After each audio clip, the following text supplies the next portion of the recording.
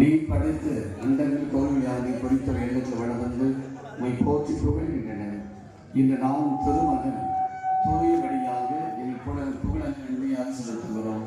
நன்றி மகிழ்வோடு உமக்கு செலுத்துகின்றோம். நாம் விண்ணப்ப பயணி என்பதை இந்த திருப்பவனி எங்களுக்கு நினைவுபடுத்தி என்றும் வினோக்கி வண்ணமாக நாங்கள் பயணம் செய்ய எங்களுக்கு உதவி புரிவீராக. எங்கள் ஆண்டவராகிய கிறிஸ்து வழியாக மன்றாடுகிறோம்.